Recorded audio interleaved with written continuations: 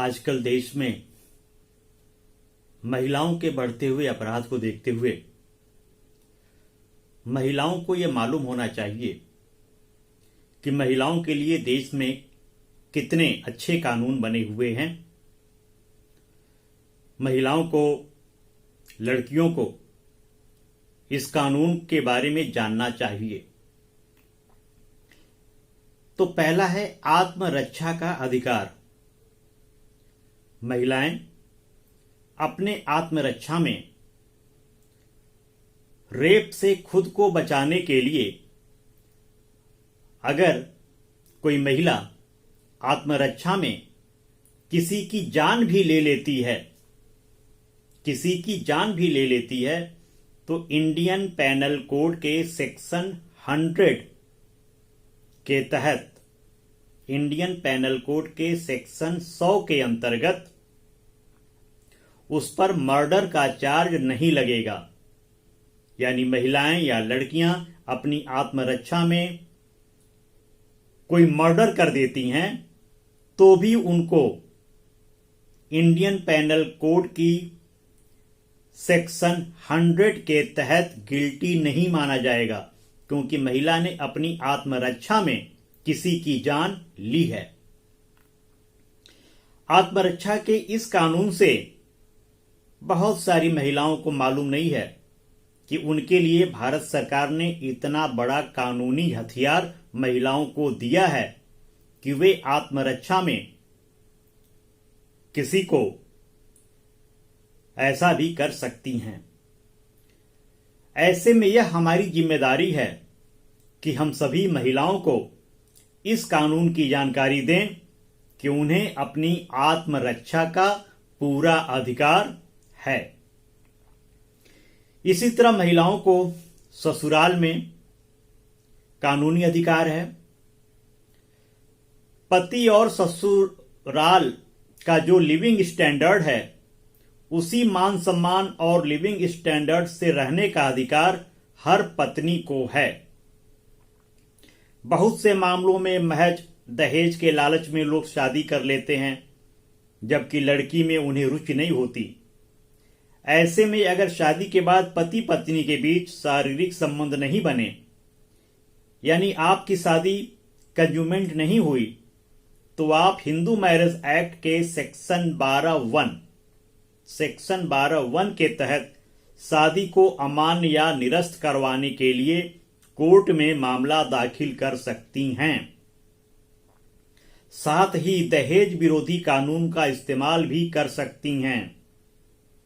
शादी से पहले या शादी के बाद मिले सभी स्त्री धन पर सिर्फ और सिर्फ महिला का अधिकार होता है, भले ही वह धन वो मायके से लाई हैं या उनके सास और ससुर ने उन्हें दिया है। सारे धन पे महिलाओं का ही अधिकार होता है। कानूनी रूप से महिलाएं बहुत सशक्त हैं।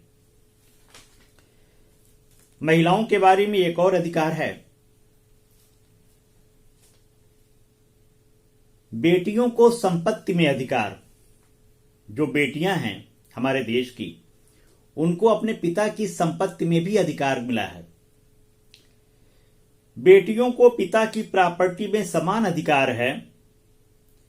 वर्ष 2005 में हिंदू सक्सेशन एक्ट में बदलाव कर बेटियों को पिता के संपत्ति में समान अधिकार दिया गया। हालांकि वर्ष 2015 में सुप्रीम कोर्ट ने इस अधिकार में एक और फैसला जोड़ दिया। इसके मुताबिक बेटी को पिता की संपत्ति में समान अधिकार तभी मिल पाएगा अगर उसके पिता 9 सितंबर 2005 में जिस दिन हिंदू सक्सेशन एक्ट पारित हुआ उस दिन तक जीवित थे।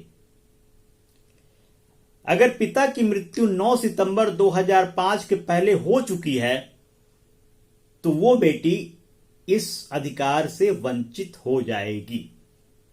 यानी अब बेटियां अपने पिता की प्रॉपर्टी में हिस्सा कानूनी रूप से मांग सकती हैं। इसी तरह महिलाओं को एक और अधिकार मिला हुआ है, जीरो एफआईआर का अधिकार। सुप्रीम कोर्ट के आदेशानुसार अगर किसी महिला के साथ कोई घटना घटती है या वो किसी शोषण का शिकार होती है तो 0 FIR रूलिंग के तहत वो किसी भी पुलिस स्टेशन में अपनी शिकायत दर्ज करा सकती है।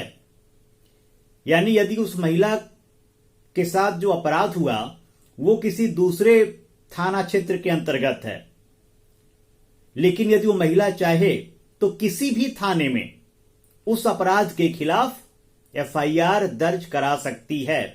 पुलिस को FIR दर्ज करनी पड़ेगी, चाहे वो मामला किसी भी थाना क्षेत्र का रहा हो।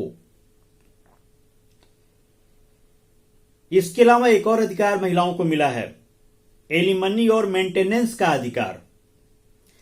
हर महिला को आर्थिक सहायता का अधिकार मिला है। जहां पति से अलग रहने वाली महिला को एलिमनी और मेंटेनेंस का अधिकार है, वहीं बुजुर्ग मां को अपने बेटे से मेंटेनेंस का पूरा अधिकार कोर्ट ने दिया है। इसी तरह 6 महीने की मैटरनिटी लीव का अधिकार महिलाओं को मिला है। हाल ही में महिलाओं के अधिकार में एक और इजाफा करते हुए सरकार ने काम करने वाली महिलाओं की मैटरनिटी लीव को 3 महीने से बढ़ाकर 6 महीने कर दिया है। पति की रिहायशी संपत्ति में समान अधिकार। जो पति की संपत्ति है उसमें भी महिलाओं को पूरा अधिकार है। हर महिला को अपने पति की संपत्ति पर समान अधिकार है। तलाक के बाद पत्नी पति की रिहायशी संपत्ति में भी आधे का अधिकार है। यानी जो प्रॉपर्टी पति की है, यदि दोनों में डाइवोर्स हो जाता है तो भी पत्नी को 50% उस पति के प्रॉपर्टी में अधिकार तलाक के बाद भी है। समान वेतन का हक। अब एक ही काम के लिए पुरुष या स्त्री को एक ही वेतन मिलेगा। पहले ऐसी शिकायत आती थी कि महिलाओं को कम वेतन मिलता है पुरुषों के मुकाबले, लेकिन अब ऐसा नहीं है। संपत्ति अपने नाम रखने का अधिकार।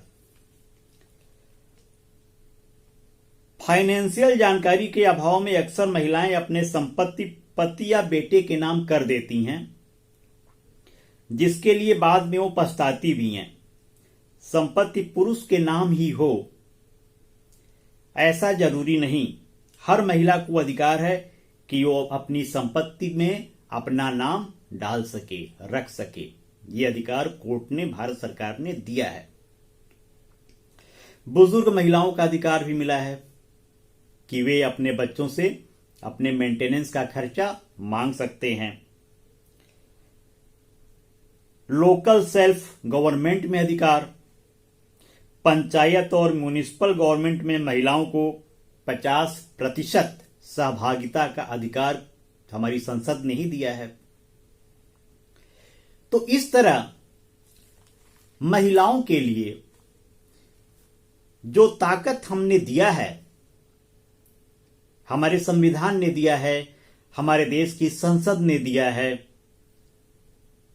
लॉ मेकर्स ने दिया है, तो महिलाओं को अपनी इस ताकत को पहचानना चाहिए। वे यदि अपने सेल्फ डिफेंस में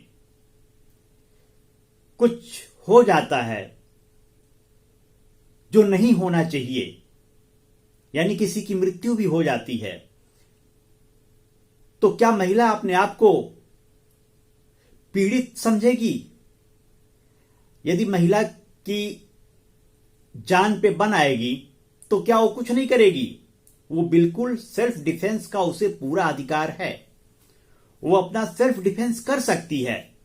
और हमारे कानून में यदि महिला ने अपने बचाव में कुछ भी किया तो उसे गिल्टी नहीं माना जाएगा, उसे छोड़ दिया जाएगा। क्योंकि सेल्फ डिफेंस में यदि किसी की नीयत महिलाओं के प्रति गलत हो और महिला सेल्फ डिफेंस में उसकी हत्या कर देती है बाई चांस, तो ऐसे केस में महिलाएं नहीं फंसेंगी।